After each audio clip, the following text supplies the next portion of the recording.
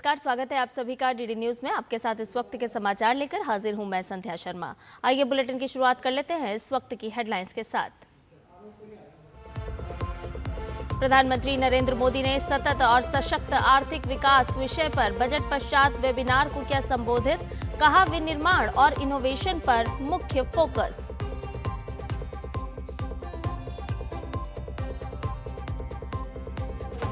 अमेरिकी और इजरायली सेना के ईरान और लेबनान पर हमले जारी, अमेरिका ने नष्ट किए कई ईरानी जहाज। ईरान ने भी कहा हॉर्मुज जलडमरू मध्य क्षेत्र से गुजरने की कोशिश करने वाले जहाजों पर होगा हमला।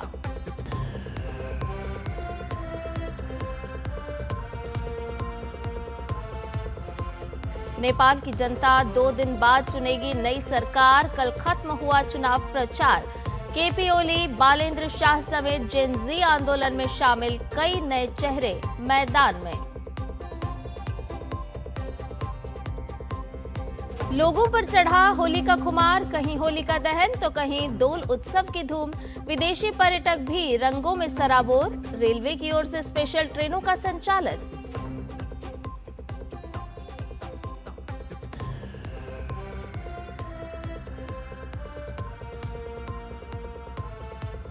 और साल का पहला चंद्र ग्रहण आज, पूर्वी एशिया, ऑस्ट्रेलिया, प्रशांत महासागर, अमेरिका और भारत के अधिकांश हिस्सों में दिखाई देगा ग्रहण।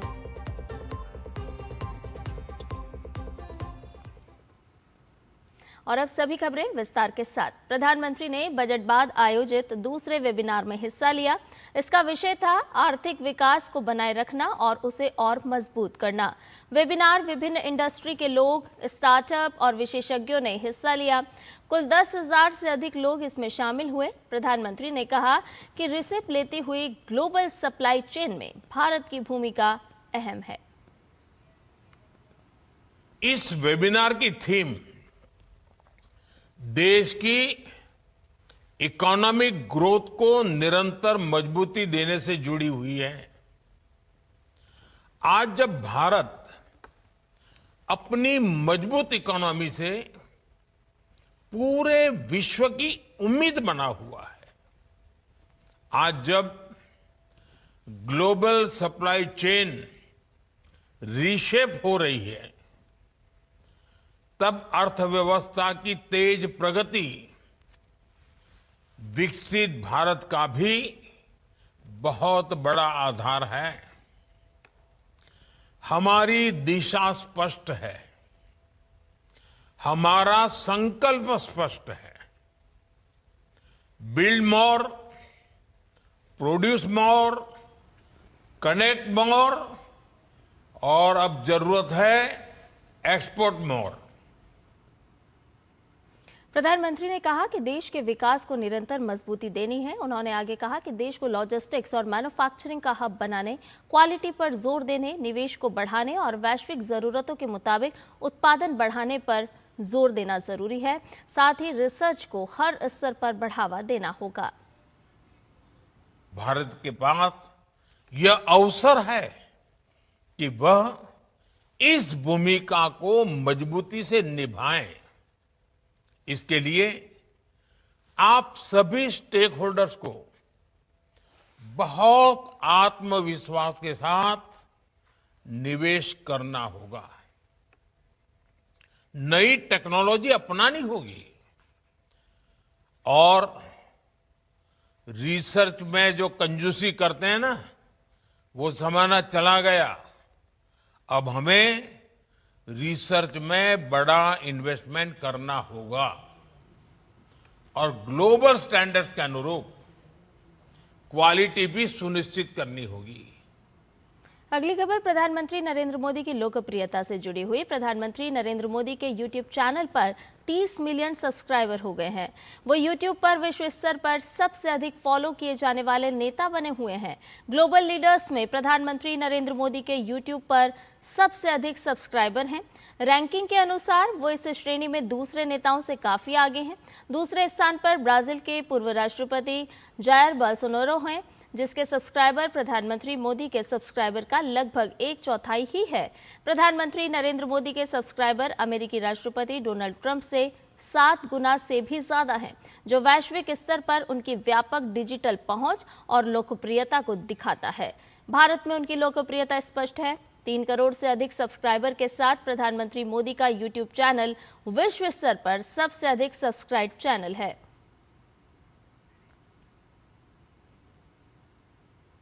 आज साल का पहला पूर्ण चंद्र ग्रहण है। आज दोपहर लगभग 3:20 से चंद्र ग्रहण आंशिक चरण के साथ शुरू होकर शाम 6:48 तक रहेगा। इस हिसाब से चंद्र ग्रहण की अवधि 3 घंटे 27 मिनट की रहेगी। इस दौरान पूर्ण चंद्र ग्रहण का चरण शाम 4:34 से शुरू होकर शाम 5:33 तक रहेगा। ये ग्रहण सुदूर पश्चिमी भाग के कुछ स्थानों को छोड़कर भारत के अधिकांश जगहों से दिखाई देगा। उत्तर पूर्व भारत और अंडमान और निकोबार द्वीप समूह के कुछ स्थानों को छोड़कर भारत के अधिकांश स्थानों पर चंद्रोदय के समय चंद्र ग्रहण दिखाई देगा। वहीं पूर्वी एशिया, ऑस्ट्रेलिया, प्रशांत महासागर और अमेरिका में भी ग्रहण दिखाई देगा। सूतक काल की बात करें तो ये ग्रहण से 9 घंटे पहले ही मान्य हो जाता है, लिहाजा आज दिन भर देश भर के मंदिर बंद रहेंगे और पूजा अर्चना भी निषेध होगी। ग्रहण के बाद मंदिरों में साफ सफाई होगी और उसके बाद मंदिरों के कपाट खोले जाएंगे। आज सुबह 6:20 पर सूतक काल के प्रारंभ होते ही मंदिरों के द्वार बंद कर दिए गए। सूतक काल से पहले विशेष पूजा अर्चना के बाद अयोध्या की राम जन्मभूमि, हरिद्वार की हर की पौड़ी और गुवाहाटी के मां कामाख्या देवी मंदिर के द्वार बंद कर दिए गए। तस्वीरों में भी आपको बता रहे हैं। उज्जैन के महाकाल मंदिर में भी सूतक काल से पहले आरती के बाद कपाट बंद कर दिए गए। वहीं बेंगलुरु की बात करें तो यहां श्री काडू मल्लेश्वरा स्वामी मंदिर के द्वार भी चंद्र ग्रहण के दौरान सूतक काल के कारण श्रद्धालुओं के लिए बंद रहेंगे। पश्चिम बंगाल और ओडिशा में आज दोल उत्सव की धूम है। इसमें मुख्य रूप से राधा कृष्ण की पूजा और शोभा यात्रा निकाली जाती है। इस दिन भगवान श्री कृष्ण और राधा जी की मूर्ति को सजे हुए झूले पर बैठाकर पूरे नगर में घुमाया जाता है। कोलकाता में शुभकामनाओं के आदान प्रदान और रविंद्र संगीत की धुनों के बीच दोल उत्सव की धूम मची है। बहुत सालों के बाद हम लोग फिर इकट्ठे हुए हैं। ये प्रभात फेरी के तरफ से सब एक साथ पारा के सब लोग एक पूरा मिलन उत्सव है। हम सबका प्रचेष्टा में महिला कमेटी के सब है, इसमें सबका उद्योग में हम ये लोग कर रहे हैं। सुखिया केंद्रों के तरफ से है, महिला कमेटी के तरफ से हम लोग सबको मिलके एक ये उत्सव को हम लोग अपने तरफ से अपने जैसा हम लोग थोड़ा और कलरफुल करना चाहते हैं। मतलब बहुत ही अच्छा है और ये फर्स्ट टाइम मतलब मेरे यहाँ से मैंने मतलब किया है और ये बहुत मतलब एज वी ऑल नो कि होली एक फेस्टिवल ऑफ कलर्स है, तो स्टार्टिंग विथ वेरी मॉर्निंग अगर हम लोग ये चीज़ कर रहे हैं और दिखा रहे हैं तो इट्स वेरी इंपॉर्टेंट कि हम लोग ट्रेडिशंस और कल्चर को आगे लेके जा रहे हैं। और ये जेनजी के लिए बहुत इंपॉर्टेंट है आज के टाइम पे कि वो ट्रेडिशंस और कल्चर्स को समझे। ये जो रैली है आपके पास देख रहे हैं आप, ये सुखिया केंद्र सार्वजनिक दुर्गोत्सव कमेटी की बहुत दिन के बाद एक शुभ प्रचेष्टा है। और ये होली के मौसम में हम लोगों का जो महिला कमेटी है उन्होंने अरेंज किया है। सारे प्रोसेसन, सारा प्रिपरेशन सब होता है। पहले डांस है, परफॉर्मेंस हो रहा है, उसके बाद हम लोगों का सिंगिंग टीम जा रहा है, उसके बाद मेन लोग उसको कवर कर रहे हैं विद पुलिस प्रोटेक्शन।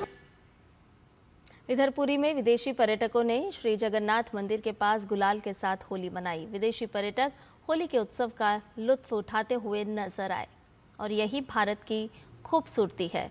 हर कोई भारत के रंग में किस तरह से रंग जाता है, ये तस्वीरें साफ तौर पर बयां कर रही है।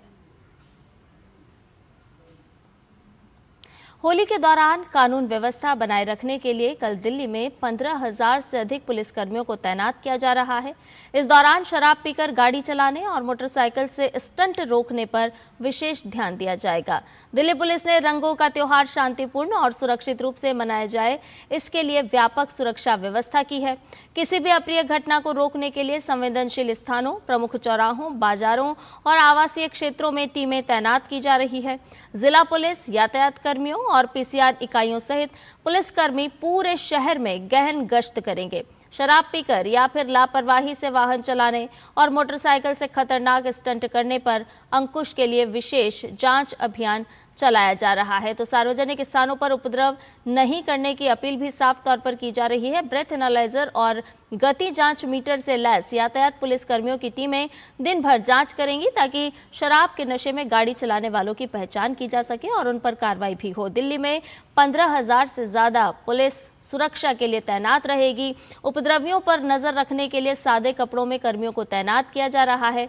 पुलिस ने नागरिकों से सार्वजनिक व्यवस्था का सम्मान करने, जबरदस्ती किसी को रंग लगाने से बचने और सार्वजनिक स्थानों पर उपद्रव नहीं करने की अपील भी की है।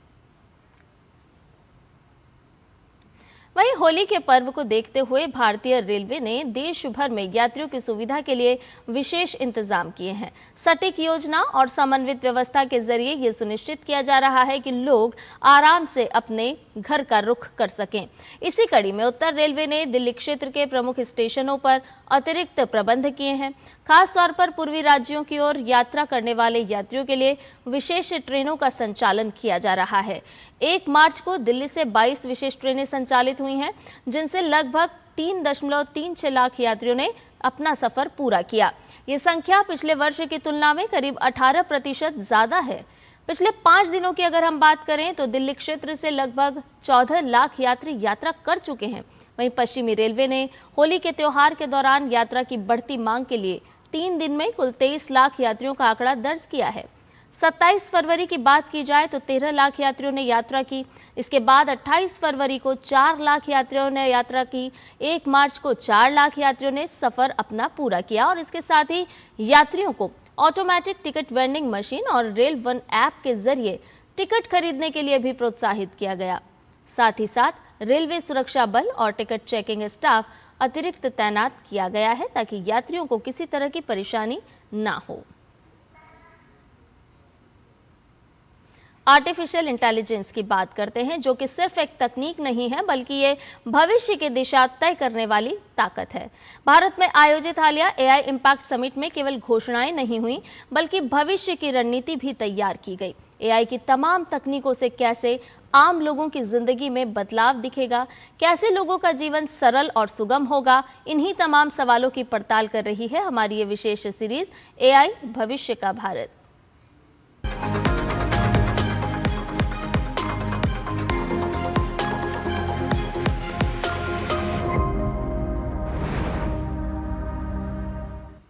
भारत अपनी तमाम विविधताओं, नवाचार और रणनीतिक व्यापार सुधारों की वजह से न सिर्फ वैश्विक स्तर पर एक तेजी से बढ़ती हुई अर्थव्यवस्था के रूप में उभरा है बल्कि वैश्विक निर्यात इंजन के रूप में भी तेजी से उभर रहा है। कोविड महामारी के बाद मजबूत रिकवरी से लेकर लगातार बनी वैश्विक अनिश्चितताओं तक भारत का निर्यात न सिर्फ बढ़ रहा है बल्कि नए कीर्तिमान भी बना रहा है। पिछले 1 दशक में साहसिक सुधारों और दूरदर्शी नीतियों जैसे मेक इन इंडिया पहल और प्रोडक्शन लिंक्ड इंसेंटिव जैसी योजनाओं ने भारत को न सिर्फ एक वैश्विक विनिर्माण केंद्र के रूप में बदला बल्कि साथ में एक निर्यात इंजन के रूप में भी स्थापित कर दिया है। और भारतीय निर्यात की ये अभूतपूर्व यात्रा वैश्विक एकीकरण के साथ नवाचार का परिणाम है। निर्यात के इस क्षेत्र में मसालों और वस्त्रों से लेकर प्रौद्योगिकी, फार्मास्यूटिकल, रक्षा, सेवा क्षेत्र के साथ ही इलेक्ट्रॉनिक्स और इंजीनियरिंग वस्तुओं तक के निर्यात में भारत का दबदबा लगातार बढ़ता ही जा रहा है। विश्व बैंक के आंकड़ों के अनुसार दुनिया का निर्यात 2.5% की दर से बढ़ रहा है, जबकि भारत का निर्यात वैश्विक विकास से आगे बढ़कर साल 2024 में 7.1% की दर से बढ़ा, जो अंतर्राष्ट्रीय स्तर पर भारत की प्रगति को दर्शाता है। अगर जीडीपी के स्तर पर बात करें तो जीडीपी में निर्यात की हिस्सेदारी 2015 में 19.8% से बढ़कर 2024 में 21.2% हो गई। ये भारतीय अर्थव्यवस्था में निर्यात की बढ़ती प्रासंगिकता को दर्शाता है। अप्रैल जनवरी 2025-26 के दौरान भारत का कुल निर्यात 720.76 अरब अमेरिकी डॉलर तक पहुंच गया, जो पिछले वर्ष की तुलना में 6.15% ज्यादा है। इस दौरान सेवाओं का निर्यात 354.13 अरब डॉलर रहा, जिसमें पिछले साल की तुलना में 10.57% की बढ़ोतरी हुई। साल 2024-25 में भारत का कुल निर्यात जहां 825.3 बिलियन अमेरिकी डॉलर रहा, वहीं 2026 की पहली छमाही में ये 418.5 बिलियन अमेरिकी डॉलर के उच्चतम स्तर पर पहुंच गया। ये सेवाओं के निर्यात में मजबूत बढ़ोतरी और गैर पेट्रोलियम, गैर रत्न और आभूषण निर्यात में लगातार वृद्धि के चलते संभव हुआ। भारत ने रक्षा के क्षेत्र में 2024-25 में रिकॉर्ड 23,622 करोड़ रुपए का निर्यात किया, जो 2014 में 1,000 करोड़ रुपए से भी कम था। भारतीय रक्षा उत्पाद आज 100 से ज्यादा देशों में निर्यात किए जा रहे हैं। तमाम वैश्विक अनिश्चितताओं के बीच भारतीय सेवाओं का निर्यात विकास का प्रमुख इंजन बना हुआ है। वित्त वर्ष 2025 में सेवाओं का निर्यात रिकॉर्ड 387.5 अरब डॉलर तक पहुंच गया, जिसमें 13.6% वार्षिक वृद्धि दर्ज की गई। साल 2030-31 तक 500 बिलियन डॉलर का घरेलू इलेक्ट्रॉनिक्स इकोसिस्टम बनाने के साथ भारत अब इलेक्ट्रॉनिक्स डिजाइन, मैन्युफैक्चरिंग और निर्यात में वैश्विक नेतृत्वकर्ता बनने की राह पर मजबूती से आगे बढ़ रहा है। साथ ही अधिक संतुलित और विविधतापूर्ण निर्यात संरचना की दिशा में लगातार तेजी से आगे बढ़ रहा है। Bureau report, DD news. Bulletin में खबरें और भी हैं, लेकिन फिलहाल रुकने एक छोटे से ब्रेक के लिए जल्द हाजिर होंगे। इन्होंने हेल्थ इंश्योरेंस नहीं लिया और हॉस्पिटल्स के लाखों के बिल चुकाने में अपनी सारी सेविंग्स गवा दी। और इन्होंने पॉलिसी बाजार से हेल्थ इंश्योरेंस लिया, जेब से एक भी पैसा खर्च नहीं हुआ और पॉलिसी बाजार ने कैशलेस क्लेम दिलवाने में इनको पूरा सपोर्ट किया। तो रिस्क मत लो, पॉलिसी बाजार से 1 करोड़ का हेल्थ इंश्योरेंस सिर्फ 525 रुपए महीने से शुरू। मेरी पसंद, मेरी पसंद, मेरी पसंद, मेरी पसंद, हमारी पसंद, हम सबकी पसंद। मजबूत देश का मजबूत सरिया हो गया स्टील।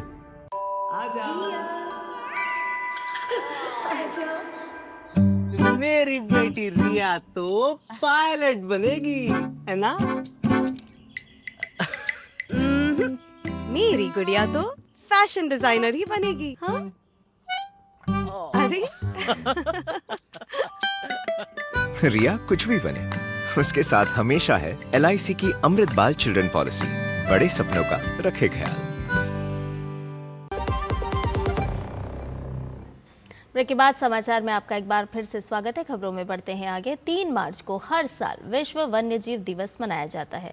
इस अवसर पर आज प्रधानमंत्री नरेंद्र मोदी ने सोशल मीडिया X पर शेयर अपने संदेश में लिखा है कि वर्ल्ड वाइल्ड लाइफ डे का मतलब है अद्भुत जीव विविधता का जश्न मनाना। विश्व वन्यजीव दिवस हमारे ग्रह को समृद्ध करने वाली और हमारे पारिस्थितिकी तंत्र को संतुलित रखने वाली अद्भुत जैव विविधता का उत्सव मनाने का अवसर है। ये दिन वन्यजीव संरक्षण के प्रति समर्पित प्रत्येक व्यक्ति के योगदान को सराहने का भी दिन है। हम वन्यजीवों के संरक्षण, सतत प्रयासों और उनके प्राकृतिक आवासों की सुरक्षा के प्रति अपनी प्रतिबद्धता को दोहराते हैं ताकि हमारा वन्य जीवन बढ़ता रहे।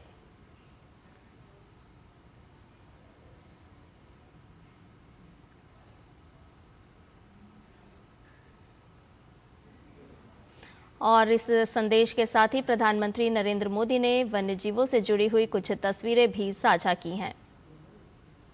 तो विश्व वन्यजीव दिवस आज है और इस मौके पर प्रधानमंत्री नरेंद्र मोदी ने एक विशेष संदेश लिखा है अपने सोशल मीडिया प्लेटफॉर्म पर और साथ ही साथ कुछ तस्वीरें भी साझा की है। देश में वन्यजीवों के संरक्षण के प्रयास की दिशा में काफी काम हो रहा है ताकि हमारा पारिस्थितिकी तंत्र सुरक्षित रहे और आने वाली पीढ़ियों के लिए प्रकृति को संरक्षित किया जा सके। हर साल 3 मार्च को दुनिया भर के जंगली जीवों और वनस्पतियों के संरक्षण के प्रति जागरूकता बढ़ाने के लिए विश्व वन्यजीव दिवस मनाया जाता है। यह दिन हमें हमारी पृथ्वी की अनोखी जैव विविधता का जश्न मनाने और इसे सुरक्षित रखने की जिम्मेदारी का एहसास दिलाता है। इस साल की थीम है औषधीय और सुगंधित पौधे, स्वास्थ्य, विरासत और आजीविका का संरक्षण। ये इस बात पर जोर देती है कि किस तरह प्रकृति हमारी सेहत, हमारी सांस्कृतिक परंपराओं और स्थानीय आजीविकाओं को बनाए रखती है और कैसे इनके अस्तित्व पर अब जंगलों के कटाव, अति शिकार और जलवायु परिवर्तन जैसी चुनौतियां मंडरा रही हैं। भारत दुनिया के सबसे समृद्ध जैव विविधता वाले देश में से एक है, जो संरक्षण के क्षेत्र में अग्रणी भूमिका निभा रहा है। गिर राष्ट्रीय पार्क के एशियाई शेरों से लेकर देश भर के विशाल जंगल और नदियों का संरक्षण हमारे लिए राष्ट्रीय प्राथमिकता का विषय है। प्रधानमंत्री नरेंद्र मोदी के नेतृत्व में project lion, project tiger, project cheetah और प्रोजेक्ट डॉल्फिन जैसे प्रमुख कार्यक्रम वन्य जीवों की सुरक्षा और उनके प्राकृतिक आवासों के पुनरुद्धार को मजबूती दे रहे हैं। वन्य जीव केवल जीव जंतुओं तक सीमित नहीं है, बल्कि ये हमारी आजीविका, खाद्य सुरक्षा, औषधियाँ और पारिस्थितिक संतुलन का आधार है। इन्हें बचाना केवल प्रजातियों को बचाना नहीं, बल्कि अपने जीवन को सुरक्षित रखना है। विश्व वन्यजीव दिवस पर हम आने वाली पीढ़ियों के लिए प्रकृति संरक्षण का संकल्प फिर से दोहराएं। तापस भट्टाचार्य, डीडी न्यूज। और खबरों में बढ़ते हैं आगे। पेंटागन ने ईरान पर हमले का वीडियो जारी किया है। यूनाइटेड स्टेट्स सेंट्रल कमांड यानी कि सेंटकॉम ने एक वीडियो जारी किया जिसमें ऑपरेशन एपिक फ्यूरी के तहत ईरान पर हमले के वीडियो दिखाए गए हैं। ये ईरानी मिलिट्री इंफ्रास्ट्रक्चर और लीडरशिप को टारगेट करने वाला एक बड़ा मिलिट्री कैंपेन है। वहीं इजरायली वायुसेना ने ईरान और लेबनान पर एक साथ भीषण हवाई हमले शुरू कर दिए हैं। इजरायली डिफेंस फोर्स ने आधिकारिक पुष्टि करते हुए बताया कि तेहरान और बेरूत में सैन्य ठिकानों को निशाना बनाया जा रहा है। मंगलवार सुबह हुए इन हमलों में ईरानी शासन और हिजबुल्लाह के महत्वपूर्ण ठिकानों को ध्वस्त करने का दावा किया गया है। लेबनान की राजधानी बेरूत के दक्षिणी उपनगरों से धुएं का गुबार उठता देखा जा रहा है, जहां भारी विस्फोटों की आवाजें भी सुनाई गई हैं। ताज़ा रिपोर्ट्स के मुताबिक इन हमलों में अब तक 31 लोगों की मौत हो चुकी है। ईरान ने हॉर्मुज जलडमरू मध्य क्षेत्र यानी कि स्ट्रेट ऑफ हॉर्मुज को बंद कर दिया है और वहां से गुजरने वाले किसी भी जहाज पर गोलीबारी करने का ऐलान कर दिया है। ईरानी मीडिया रिपोर्ट्स में रिवॉल्यूशनरी गार्ड्स के एक अधिकारी के हवाले से ये जानकारी दी गई है। इसके बाद कच्चे तेल की कीमतों में भारी उछाल आने की संभावना है। वहीं अमेरिकी मीडिया में खबर है कि ईरानी अधिकारियों के बयानों के बावजूद दुनिया की तेल आपूर्ति के लिए ये अहम शिपिंग मार्ग बंद नहीं है। Straight of Hormuz Saudi Arab, Iran, Iraq और यूएई जैसे सबसे बड़े खाड़ी तेल उत्पादक देशों को ओमान की खाड़ी और अरब सागर से जोड़ता है। सऊदी अरब के रियाद में अमेरिकी दूतावास पर ईरान ने ड्रोन से अब तक का सबसे बड़ा हमला किया। रियाद में ईरानी हमले के बाद एम्बेसी कंपाउंड में आग लग गई और इस दौरान धमाके की तेज आवाजें भी सुनाई पड़ी, पर बिल्डिंग को मामूली नुकसान हुआ है, इस तरह की खबर है। स्थानीय लोगों ने रियाद के डिप्लोमेटिक क्वार्टर के ऊपर काला धुआं उठते हुए भी देखा है। अमेरिका ने सुरक्षा चिंताओं को देखते हुए अपने नागरिकों से मिडिल ईस्ट के कुछ इलाकों को छोड़ने की अपील की है। अधिकारियों का कहना है कि क्षेत्र में हालात तनावपूर्ण हैं और किसी भी अप्रिय घटना से बचने के लिए एहतियात जरूरी है। वहीं ट्रंप ने कहा है कि ईरान के खिलाफ संभावित सैन्य कार्रवाई तेहरान सरकार से पैदा हो रहे खतरे को खत्म करने का आखिरी और सबसे अच्छा मौका है। नेपाल की जनता 5 मार्च को नई सरकार चुनने जा रही है।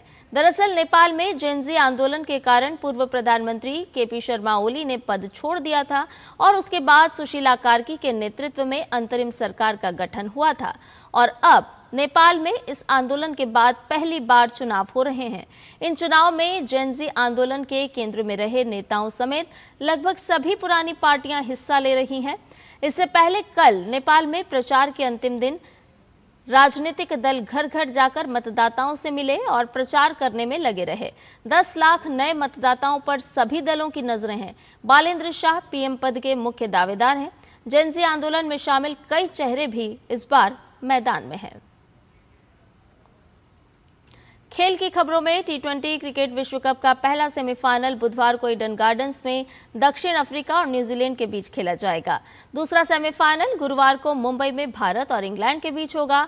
टीम इंडिया ने ग्रुप 1 में 4 अंकों के साथ दूसरे स्थान पर रहते हुए अंतिम 4 में जगह बनाई, जबकि दक्षिण अफ्रीका तीनों मैच जीतकर 6 अंकों के साथ शीर्ष स्थान पर रही। दोनों मैचों के विजेता 8 मार्च को अहमदाबाद के नरेंद्र मोदी स्टेडियम में फाइनल मैच खेलेंगे। बीसीसीआई ने अफगानिस्तान के आगामी भारत दौरे के शेड्यूल का ऐलान कर दिया है। अफगानिस्तान की टीम जून में भारत का दौरा करेगी। इस टूर पर भारत और अफगानिस्तान के बीच एक टेस्ट और 3 मैच की टेस्ट सीरीज खेली जाएगी। टेस्ट मैच 6 से 10 जून तक न्यू चंडीगढ़ में खेला जाएगा। ये टेस्ट मैच हालांकि भारत के विश्व टेस्ट चैंपियनशिप चक्र का हिस्सा नहीं है और ऐसा माना जा रहा है कि 2027 में होने वाले वनडे विश्व कप को देखते हुए भारत इस प्रारूप पर ध्यान केंद्रित करना चाहता है और इसीलिए उसने 3 वनडे मैच का कार्यक्रम बनाया है।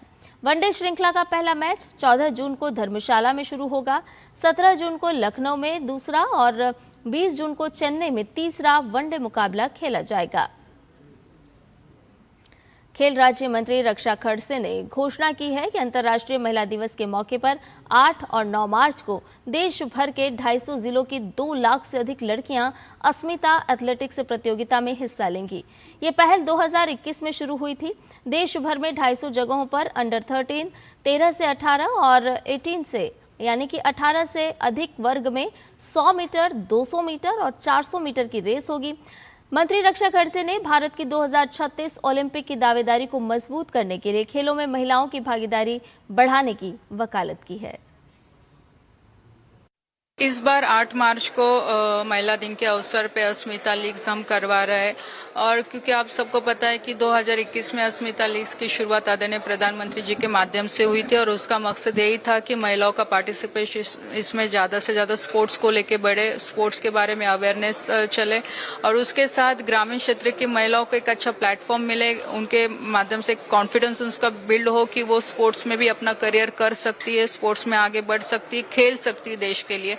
और काफी अच्छा रिस्पांस पिछले 4 साल में दिखाई दिया और इससे बढ़ाने के लिए और बड़े स्केल पे ले जाने के लिए इस बार हम कोशिश कर रहे हैं कि वुमेन्स डे के अवसर पे हम 250 डिस्ट्रिक्ट में ये प्रोग्राम हम करें, फिर नॉर्थ ईस्ट रहे या साउथ ईस्ट रहे या सभी देश के हर कोने में इसे ले जाने की कोशिश कर रहे हैं कि जिसके माध्यम से ग्रामीण क्षेत्र का टैलेंट अस्मिता लीग्स के माध्यम से महिलाओं का आगे आते हुए हमें दिखाई देगा, जो भविष्य के लिए काफी महत्वपूर्ण है हमारे लिए।